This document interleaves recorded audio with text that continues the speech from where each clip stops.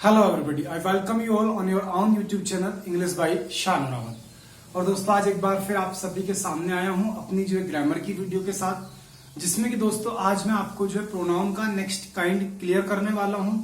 और दोस्तों आज हम पढ़ेंगे अपना रिलेटिव प्रोनाउन का कंप्लीट कंसेप्ट। और जैसे कि जो हमारी पुरानी वीडियो हुई, इट मींस लास्ट वीडियो रही, उसमें मैंने आपको जो है कंप्लीट कंसेप्ट दिया था आपको डिस्ट्रीब्यूटिव प्रोनाउन का। और आई होप आप सभी ने वो वीडियो देखी होगी और आप सभी ने उसको एंजॉय किया होगा और काफी कुछ इस वीडियो से जो है सीखा होगा। तो चलिए दोस्तों, आज का जो हमारा टर्न है, आज मैं फिर आप सभी के सामने ग्रामर को ही डिस्कस करने वाला हूं। और ग्रामर में आज मैं आपको क्लियर कर दूंगा पूरा रिलेटिव प्रोनाउन। तो चलो दोस्तों, बेहद आसान शब्दों में आज हम सीखते हैं रिलेटिव प्रोनाउन। और आज हम सीखेंगे कि रिलेटिव प्रोनाउन के इस कंसेप्ट से एग्जामिनर किस तरीके से क्वेश्चन देता है, कहां से इससे एरर आती है, या फिर किस तरीके से हमारा जो कंसेप्ट है काम करता है। तो चलिए दोस्तों, शुरुआत कर रहे हैं अपने आज के कंसेप्ट की।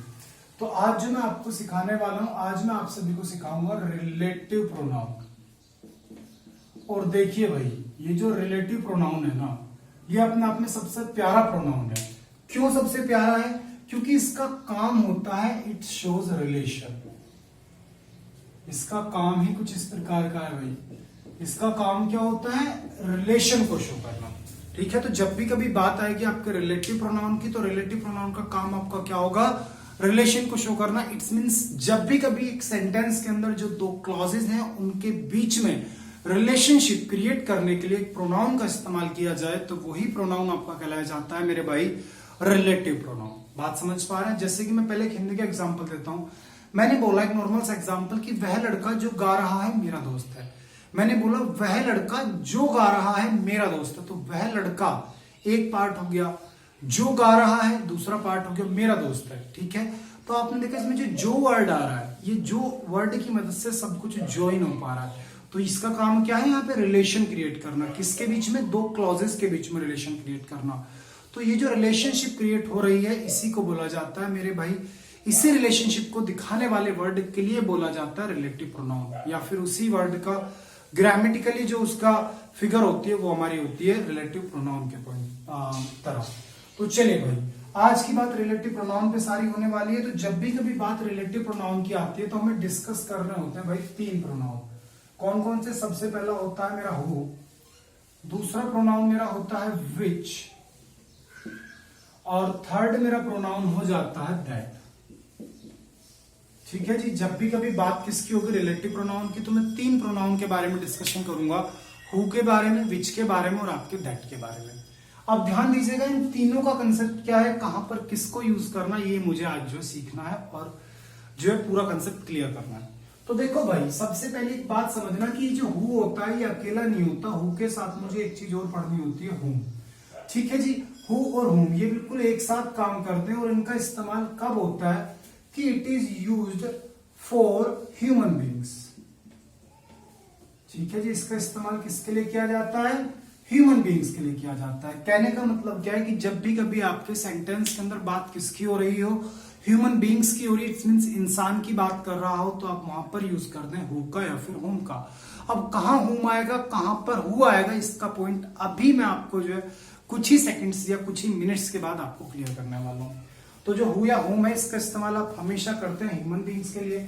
साथ ही साथ जब भी कभी बात आती है विच की, तो विच का इस्तेमाल एज अ रिलेटिव प्रोनाउन के तौर पर आप हमेशा करेंगे। किसके लिए? For non living things, for non living things या फिर एनिमल्स के लिए। ठीक है जी, ध्यान दीजिएगा, जब भी कभी बात विच की आएगी तो विच का इस्तेमाल होता है नॉन लिविंग थिंग्स के लिए या फिर एनिमल्स के लिए। और इसी प्रकार से जब भी कभी बात आती है आपके रिलेटिव प्रोनाउन दैट की, तो भाई दैट का इस्तेमाल आप तब करते हैं कि जब आप भले ही बात नॉन लिविंग की कर रहे हो, मतलब दैट का इस्तेमाल ऐसे समझिए कि लिविंग थिंग्स के लिए भी आप कर सकते हैं और आप जो है नॉन लिविंग थिंग्स के लिए भी कर सकते हैं। ठीक है जी, तो यहां से आपको छोटी सी पिक्चर क्लियर हुई होगी, बिल्कुल छोटा सा एक जो माइंड में इमेज बन गई होगी कि जो मेरे रिलेटिव प्रोनाउन है, रिलेटिव प्रोनाउन का काम होता है रिलेशन शो करना। रिलेशन कैसे शो करेंगे? एक सेंटेंस के बीच में आकर के दो क्लॉज जो होंगे उनको ज्वाइन करने का काम करेंगे। इसी के साथ ही साथ रिलेटिव प्रोनाउन के अंदर मतलब अंदर जो हम पढ़ते हैं 3 प्रोनाउन को पढ़ते हैं, हु को, विच को और आपके दैट को। हु के साथ ही साथ हमें हुम भी पढ़ना होता है, केवल हु से हमारा काम नहीं चलता। और हु और हुम जो होते हैं इन दोनों का इस्तेमाल हम तब करते हैं कि जब हमारे सेंटेंस के अंदर बात हो रही हो ह्यूमन बीइंग की। साथ ही साथ विच का इस्तेमाल आप तब करते हैं जब हमारे सेंटेंस के अंदर non human, it's means non living things की बात हो रही हो या फिर किसी भी एनिमल के बारे में हम बात कर रहे हो। और दैट का इस्तेमाल हम सभी के लिए कर सकते हैं, इट्स मींस नॉन ह्यूमन के लिए भी कर सकते हैं, ह्यूमन के लिए भी कर सकते हैं। आसान शब्दों में बोलूं तो नॉन लिविंग थिंग्स के लिए भी कर सकते हैं और आपके लिविंग थिंग्स के लिए भी कर सकते हैं। बात समझ में आ गई? चलिए, तो मैं एक एक पॉइंट को जो डिस्कस करता चलूंगा। तो सबसे पहले मैं हु और हुम की जो डिस्कशन करता हूं पॉइंट को लेकर के। तो देखो भाई, सबसे पहली बात आपको यहां से सीखनी है हु और हुम को लेकर के कि हु और हुम में क्या डिफरेंस है। तो देखो भाई, हु और हुम का एक बेसिक सी बात तो मैंने आपको बता दी कि दोनों का इस्तेमाल किसके लिए करते हैं मेरे भाई? ह्यूमन बीइंग्स के लिए करता है। तो हु का इस्तेमाल भी आप ह्यूमन बीइंग के लिए करेंगे और हुम का इस्तेमाल भी आप ह्यूमन बीइंग के लिए ही करेंगे। लेकिन डिफरेंस समझना कि जब भी कभी आपको अपने सेंटेंस के अंदर सब्जेक्टिव केस की आवश्यकता है, जब भी कभी आपको अपने सेंटेंस के अंदर सब्जेक्टिव केस की आवश्यकता है तो आप सेंटेंस के अंदर हु लेकर के आएंगे। और जब भी कभी आपको अपने सेंटेंस के अंदर ऑब्जेक्टिव केस की आवश्यकता है तो आप वहां पर जो है मेरे भाई हुम लेकर के आएंगे। अब ये सब्जेक्टिव केस और ऑब्जेक्टिव केस, ये कहानी थोड़ी सी आपको परेशान कर रही होगी, इसको मैं इजी करके आपके सामने लाता हूं। तो इजी मैं ऐसे बोल सकता हूं मेरे भाई कि जब भी कभी आपके सेंटेंस के अंदर अगर हिंदी को लेकर के बात करें, हिंदी निकल रही हो जो की, तो आप बात करेंगे भाई हु की, मतलब हु का इस्तेमाल करेंगे। और जब भी कभी आपके सेंटेंस के अंदर हिंदी आ रही हो जिनको या फिर जिसको की, तो आप वहां पर मेरे भाई इस्तेमाल कर लेंगे हुम का। थोड़ी सी बात और मजा सा आया होगा कि जब भी कभी सेंटेंस के अंदर हिंदी आ रही हो जो की, तो आप यूज हु का करेंगे। जब भी कभी सेंटेंस के अंदर हिंदी आ रही हो जिसको, जिनको की, तो आप यूज हुम का करेंगे। अब भी थोड़ी बात समझ में नहीं आई तो और समझो, हालांकि अभी एग्जांपल्स दूंगा, परेशान बिल्कुल मत होना। देखो भाई, और इजी वर्ड्स में समझो कि जब भी कभी आपके सेंटेंस के अंदर जो डिस्कशन हो रहा हो, बात हो रही हो, वो डूअर की हो रही हो, ठीक है मेरे भाई? ऐसे समझो कि जब भी कभी आपके सेंटेंस का जो हीरो है, जब भी कभी आपके सेंटेंस का जो हीरो है वो आपका डूअर है या फिर वो आपका सब्जेक्ट है, तो मेरे भाई आप किसका इस्तेमाल करेंगे? हु का इस्तेमाल करेंगे। और इसी प्रकार से जब भी कभी आपके सेंटेंस का जो हीरो है, इट्स मींस जो मेन पार्टिसिपेंट है, मेन प्लेयर है, वो आपके सेंटेंस का ऑब्जेक्ट हो, तो मेरे भाई हम वहां पर बात कर लेते हैं हुम की। थोड़ी सी पिक्चर क्लियर हुई होगी? अब भी क्लियर नहीं हुई और आसान शब्दों में समझो कि जब भी कभी आपका जो सेंटेंस है उसके अंदर जो आपका डूअर है वो मेन हीरो हो, इट्स मींस उसी की बात की जा रही हो और उसके लिए ही मुझे जो है प्रोनाउन का इस्तेमाल करना हो, तो भैया वो सब्जेक्ट के तौर पे है तो सब्जेक्टिव केस लाना पड़ेगा। इट्स मींस सब्जेक्टिव केस क्या होता है? हु होता है। लेकिन अगर आपके सेंटेंस के अंदर जो आपका ऑब्जेक्ट है उसके बारे में आप बात कर रहे हैं, वो आपके सेंटेंस का हीरो है या फिर उस ऑब्जेक्ट के लिए आपको जो है रिलेटिव प्रोनाउन लेकर के आना है, तो भैया आप हुम लेकर के आएंगे। इट्स मींस जब भी कभी हिंदी जिसको, जिनको की जा रही हो तो हुम आएगा, और जब भी कभी हिंदी आपकी जो की आ रही हो तो आप हु लेकर के आएंगे। बात क्लियर हो गई होगी? चलिए, अब इसी पर बेस्ड मैं कुछ एग्जांपल्स देता हूं। भाई इसको आपने कॉपी कर लिया होगा, अगर कॉपी नहीं करा तो इसका स्क्रीनशॉट ले लो 1 मिनट में, ठीक है ना? वीडियो रोको, यहीं पे पॉज करो और इसका स्क्रीनशॉट ले लीजिए। बहुत बढ़िया सी बात है, इजी वर्ड्स में पढ़ाऊंगा। चलो भाई, ले लिया होगा। अब मैं इसको कुछ एग्जांपल्स से आपको जो है बात क्लियर करूंगा। देखो, इसको भी साफ नहीं करेंगे, ठीक है ना, क्योंकि हम इसी के रिगार्डिंग बात कर रहे हैं। देखिए भाई, मैं एग्जांपल देता हूं। मैंने आपको इसी का एक एग्जांपल दिया बढ़िया सा। मैंने बोला कि द बॉय हु या फिर whom is singing is my friend. ठीक है जी, मैंने आप सभी के सामने एग्जांपल दिया कि द बॉय हु या whom is singing is my friend. Hindi निकालिए सबसे पहले। ये कह रहा है वह लड़का जो गा रहा है मेरा दोस्त है। ठीक है जी। अब यहाँ पे आपको देखो दो तीन तरीके से सेंटेंस का जो फॉर्मेशन है या फिर उसमें दो तीन तरीके से आपको जो रिलेटिव प्रोनाउन का यूज करना आना चाहिए, क्योंकि कई बार एग्जामिनर इस तरीके का भी आपको एग्जाम्पल देगा कि आपसे हिंदी ही नहीं निकलेगी। तो आपको एक तरीका अगर आता होगा तो आप वहां फेल होने की आपके चांसेस बढ़ जाते हैं। तो आपको मैं जो कोई भी क्वेश्चन है उसको कई तरीके से सिखाऊंगा, जिससे कि क्वेश्चन कैसे भी आ जाए आप कंसेप्ट को छोड़ के ना आए या फिर उसकी एरर को गलत ना करें, आप उसको पकड़ लें। तो भाई देखो, सबसे पहली बात, द बॉय, वह लड़का। द बॉय मेरे भाई सेंटेंस का क्या है? सब्जेक्ट है। वह लड़का जो गा रहा है इज माई फ्रेंड। अब ये जो मेरा दोस्त है, ये मेरा दोस्त जो यहाँ पे माई फ्रेंड आ रहा है, ये सेंटेंस का मेरे भाई क्या है? ऑब्जेक्ट है। एक बात बताओ, काम क्या हो रहा है यहाँ पे? गाने का हो रहा है। तो सिंगिंग क्या हो गई मेरे भाई? सेंटेंस की वर्ब हो गई। हमेशा याद रखना, action denoting words are verb. It means कोई भी ऐसा शब्द जो आपके एक्शन को दिखा रहा है, काम को दिखा रहा है, वही सारी क्या होती है? वर्ब होती है। तो यहाँ सिंगिंग मतलब गाना गाया जा रहा है, तो काम क्या हो रहा है? गाना गाने का। अब एक बात बताओ भाई, इस गाने को गा कौन रहा है? वह लड़का। गा कौन रहा है? The boy. गा कौन रहा है? The boy. तो ये जो द बॉय हुआ, ये कौन हुआ मेरे भाई? डूअर हुआ। क्या हुआ मेरे भाई? ये डूअर हुआ। ठीक है, ये कौन हो गया? सेंटेंस का डूअर हो गया। अब आप जानते हो कि लड़का गाना गा रहा है, इट्स मींस जो काम है वो कौन कर रहा है? डूअर है। तो मेन हीरो कौन है? ये डूअर है। तो आप बात किसकी कर रहे हैं? इसकी बात कर रहे हैं, सब्जेक्ट की, कि वह लड़का जो गा रहा है मेरा मित्र है। तो वह लड़का जो गा रहा है, तो पहली बात हिंदी क्या आ रही है? जो आ रही है। दूसरी बात, सारी बात किसकी की जा रही है? उस लड़के की की जा रही है जो गाने वाला है। तो मेन हीरो कौन है? डूअर है, सब्जेक्ट है। तो मेरे भाई इसमें मेरा कौन सा प्रोनाउन यूज होगा? इसमें मेरा यूज होगा whom.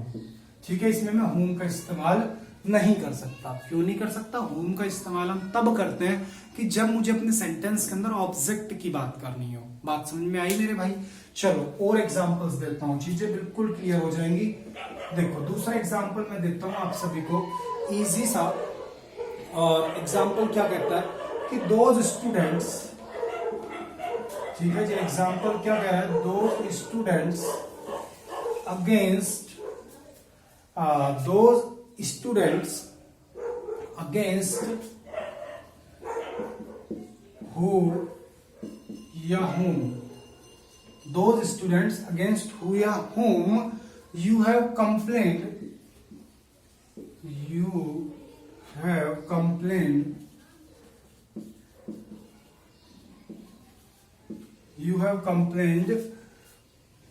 are searching for you,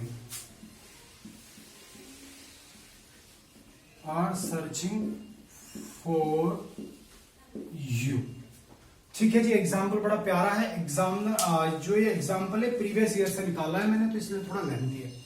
देखो भाई, ये क्या कह रहा है? दोज स्टूडेंट्स अगेंस्ट हु या whom you have complained are searching for you। It's means वो लड़के या फिर वो विद्यार्थी, वो स्टूडेंट्स जिनके खिलाफ तुमने शिकायत की थी, वो तुम्हें ढूंढ रहे हैं। एग्जाम्पल बढ़िया है ना भाई? अब देखो इस एग्जाम्पल को कैसे करोगे। सबसे पहली बात तो आप हिंदी निकाल लो, अगर हिंदी निकाल सकते हैं तो, कि वो विद्यार्थी जिनके खिलाफ तुमने शिकायत करी थी तुम्हें ढूंढ रहे हैं। समझ रहे हैं मेरे भाई? तो पहली बात तो अगर तुम हिंदी निकाल पा रहे हो तो हिंदी क्या जा रही है? जिनके, मतलब जिनके खिलाफ आपने की। तो बात जा रही है ऑब्जेक्टिव केस के तौर पे। तो मेरे भाई यहाँ पे मुझे पता चल रहा है कि हूं आना है। ठीक है, अगर आपने हिंदी निकाल ली तो आपको साफ साफ पता चलेगा कि वो विद्यार्थी जिनके खिलाफ तुमने शिकायत की थी। तो मेरे भाई यहाँ पर जो तुम जिनकी वाली बात आ गई, तो यहां से मुझे पता चला कि बात ऑब्जेक्टिव केस की हो रही, मतलब जिनके की हिंदी आ रही है, तो मैं हूं ले लूंगा। पहला पॉइंट। दूसरा पॉइंट इजी शब्दों में समझो। इजी शब्दों में ये है भाई, दोज स्टूडेंट्स। ठीक है मेरे भाई, ये जो दोज स्टूडेंट्स है वो विद्यार्थी अगेंस्ट यू हैव कंप्लेन, तुमने शिकायत करी। भाई काम को करने वाले कौन हो? तुम हो। समझ रहे हो? काम को करने वाले कौन हो? तुम हो। लेकिन यहाँ पे बात तुम्हारी नहीं हो रही, बात हो रही है उन विद्यार्थियों की, क्योंकि ये कह रहा है कि वो विद्यार्थी जिनके खिलाफ तुमने शिकायत की थी तुम्हें ढूंढ रहे हैं। इट्स मीन्स अब काम कौन कर रहे हैं? वो विद्यार्थी कर रहे हैं। समझ रहे हैं? वो ढूंढ रहे हैं किसको? तुमको ढूंढ रहे हैं। काम शुरुआत में आपने करा, समझ रहे हैं? डूअर आप थे, आपने शिकायत कर दी उनके खिलाफ। लेकिन अब जो ऑब्जेक्ट है, अब काम ऑब्जेक्ट कर रहा है। इट्स मीन्स आप बात ऑब्जेक्ट की कर रहे हैं, अपने आप की नहीं कर रहे, कि वो विद्यार्थी जिनके खिलाफ तुमने शिकायत की वो तुम्हें ढूंढ रहे। तो काम ढूंढने कौन कर रहे हैं? वो विद्यार्थी। तो ऑब्जेक्ट की बात हो गई। तो इस वजह से मेरे भाई इसमें क्या आएगा आपका? whom जो आने वाला है। बात समझ में आई? तो इस एग्जाम्पल में आप क्या यूज करेंगे? होम का यूज करेंगे। यहाँ पर हु का यूज नहीं हो सकता। क्यों नहीं हो सकता? क्योंकि यहाँ पर उन विद्यार्थियों के बारे में आपने बात कर दी। पॉइंट समझ में आया? आई होप समझ में आएगा। और एग्जाम्पल लो, इस पर बहुत सारे एग्जाम्पल्स में देने वाला हूँ। 1 मिनट रुकूंगा। चलिए, तो फिर 2 एग्जाम्पल हमारे क्लियर हो गए। अब मैं और भी एग्जाम्पल्स आपको लूंगा। तो चलिए मैं 3rd एग्जाम्पल की बात कर लेता हूं। और भाई इसके बाद में मैं आपको जो है इस हु और होम से रिलेटेड एक ट्रिक भी बताऊंगा, जो कि अपने आप में रामबाण ट्रिक होगी। 99% क्वेश्चंस पे अप्लाई हो जाएगी। और आपको ना ही कोई हिंदी निकालनी होगी, ना ही वहां पे डूअर या फिर आपके सब्जेक्ट का कंसेप्ट देखना होगा। लेकिन ये कंसेप्ट हमारे लिए जानना बेहद जरूरी है, क्योंकि जब तक हमें ये नहीं पता होगा, हम अगर एग्जामिनर ने क्वेश्चन को ज्यादा घुमा दिया तो हम वहां पे फेल होने के हमारे चांसेस बन जाते हैं। तो इसलिए पहले मैं आपको कंसेप्ट पे काम करवा रहा हूँ, फिर ट्रिक दे दूंगा। लेकिन भाई ट्रिक तभी दूंगा जब मैं आपको समझूंगा कि आपका कंसेप्ट बिल्ट हो चुका है। इट्स मीन्स आपको कंसेप्ट में कोई दिक्कत नहीं आ रही। ठीक है ना? तो चलो भाई 3rd एग्जाम्पल पे बात कर ले रहा हूं। 3rd जो मेरा एग्जाम्पल है, 3rd एग्जाम्पल मेरा कहता है द प्लेयर्स हु या फिर होम, द प्लेयर्स हु या whom we have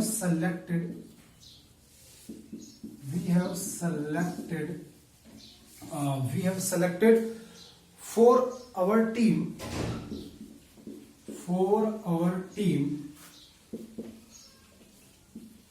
are young।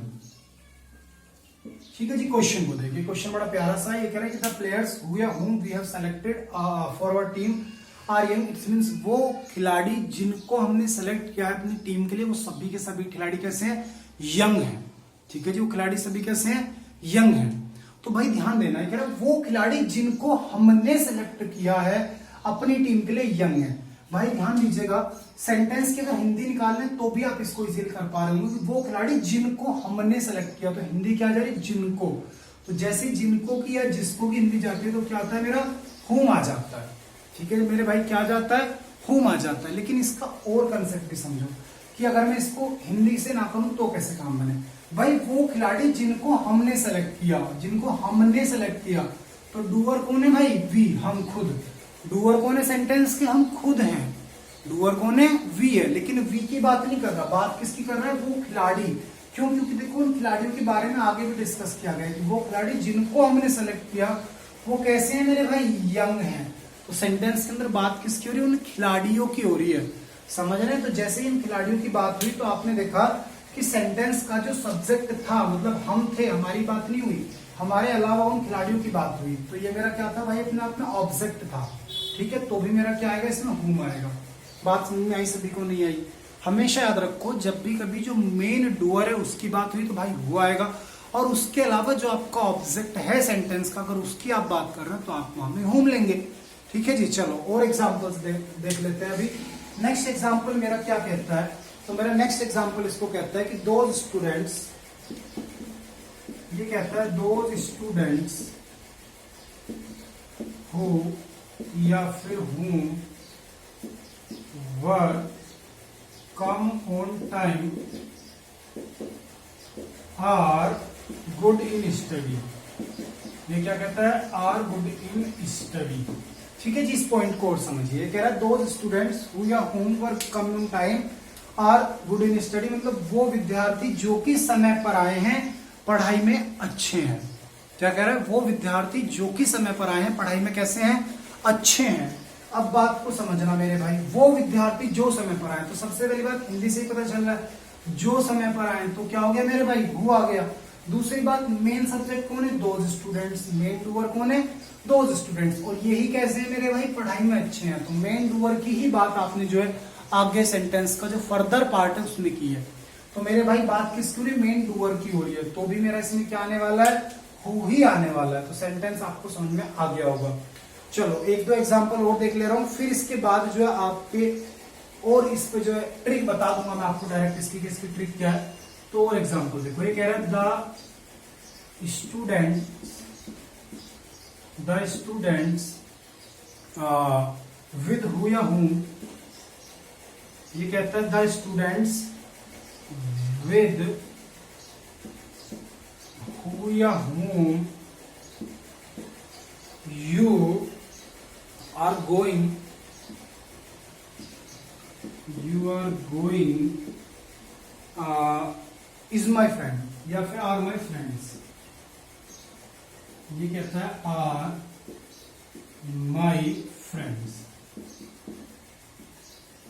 ठीक है जी, क्वेश्चन को समझना और यहां से आपको और अच्छा सा कंसेप्ट क्लियर हो जाएगा। फिर ट्रिक दे दूंगा भाई, अब मैं और एग्जांपल देने का, इन्हीं 5 एग्जांपल पे जो मेरी ट्रिक है उसको प्रूफ कर दूंगा। देखो भाई, ये कह रहा है the students with whom you are going are my friends. ये कह रहा है कि वो विद्यार्थी जिनके साथ तुम जा रहे थे वो सभी मेरे दोस्त हैं।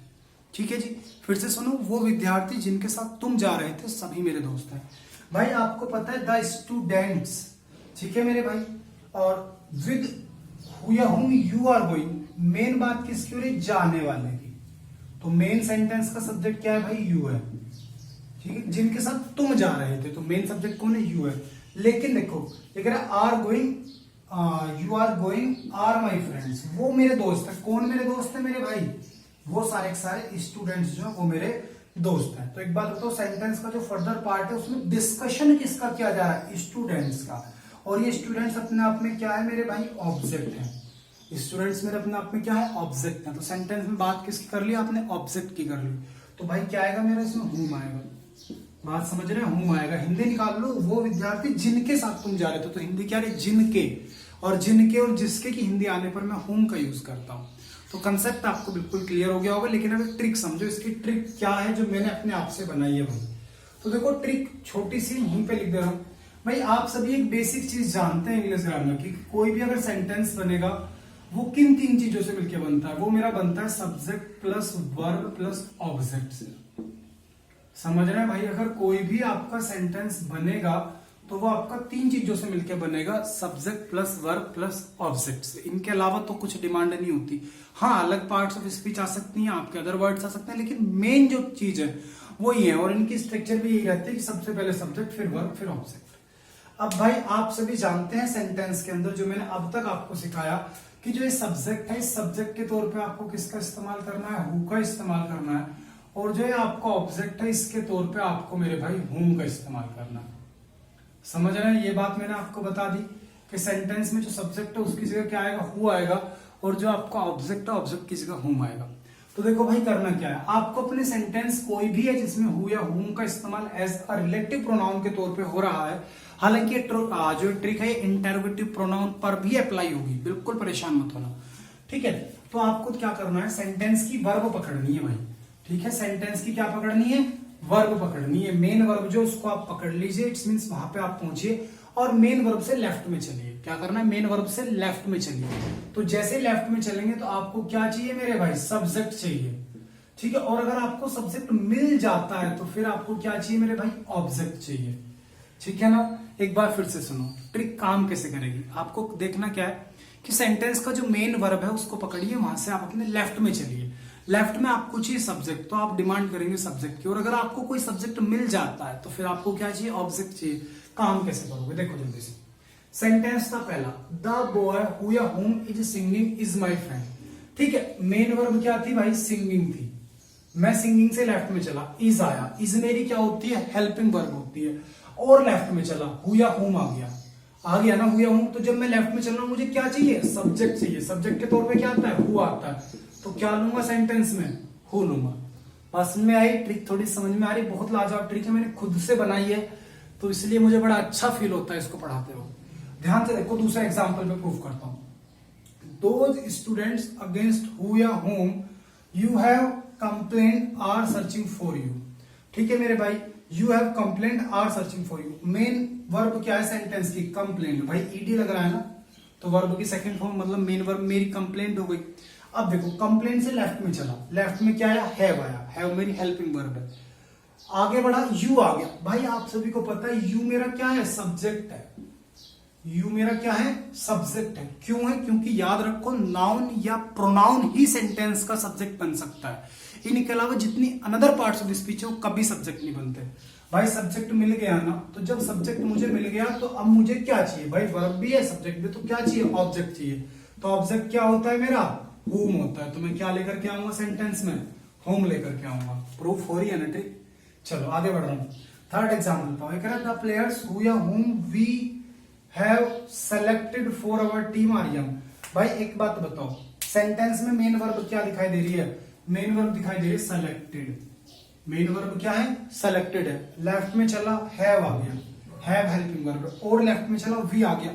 वी सब्जेक्ट होता है ना, वी क्या होता है? सब्जेक्ट होता है। जब सब्जेक्ट भी मिल गया, वर्ब भी मिल गई, चाहिए क्या? ऑब्जेक्ट। तो क्या लाऊंगा भैया? होम लेकर के आऊंगा। प्रूफ हो रही है ना? आगे बढ़ो, फोर्थ एग्जाम्पल पे आ जाओ। ये कह रहा है those students who whom were come on time are good in study. भाई मेन वर्ब देखो, मेन वर्ब क्या है? कम है। समझ रहे हैं क्या आ रहा है? कम है। ये पैसिव में है क्योंकि यहाँ पे वर्ब के साथ V3 आ रही है।